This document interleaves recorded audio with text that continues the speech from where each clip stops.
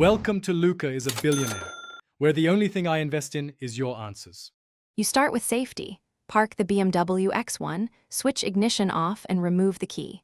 Once done, disconnect the negative battery terminal with a 10 mm wrench to prevent electronics damage. Next, remove the trim around the start-stop button using plastic pry tools. Pry at the lower edge and work clockwise to release concealed clips. Do this now so you can access the module. Make sure to keep fasteners in a small container, because losing clips will slow reassembly. You should now see the start-stop module fastened to the dash subframe. Remove the screws and pull the module forward. Once exposed, depress the wiring harness latch and pull the connector straight out. Do not twist, as pins can bend. Release the retaining tabs holding the button assembly and extract the old switch.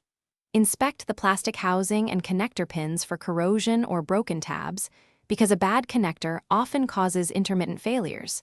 If pins are dirty, clean them carefully with electrical contact cleaner. You install the new start-stop button by seating it into the mount until you hear the retaining tabs click. Then plug the wiring harness back in firmly. Once done, reconnect the negative battery terminal and test.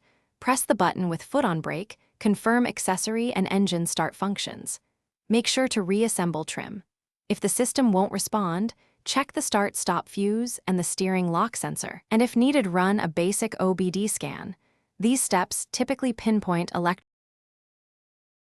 Thanks for watching and please subscribe. It's the best investment you'll ever make.